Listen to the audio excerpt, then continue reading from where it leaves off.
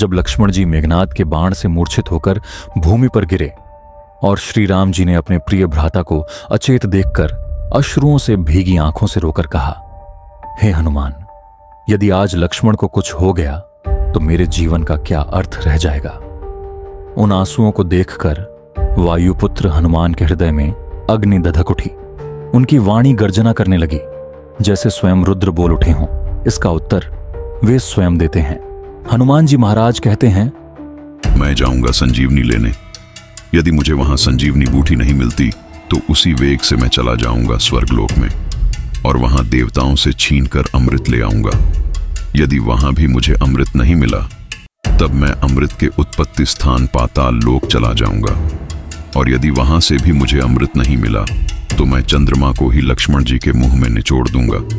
ऐसा माना जाता है कि चंद्रमा में अमृत होता है। और हनुमान जी कहते हैं, यदि वहां से भी मुझे अमृत प्राप्त नहीं हुआ तब मैं काल की गति रोककर भगवान सूर्य नारायण को पुनः निगल जाऊंगा, और यदि तब भी यमराज दुष्टता करते हैं तब मैं धर्मराज के धर्मदंड को ही तोड़ दूंगा।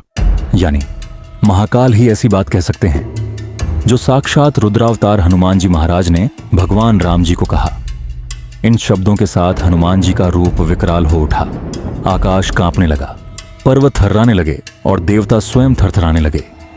वायु कंपित हो उठी और उनके चरणों की गूंज त्रिलोक में सुनाई दी। ऐसी अडिग निष्ठा, ऐसा असीम बल, यह केवल रुद्रावतार हनुमान के पास ही हो सकता था। उन्होंने भगवान श्री राम जी को धैर्य बंधाया और संजीवनी बूटी लाकर उन्हें दी।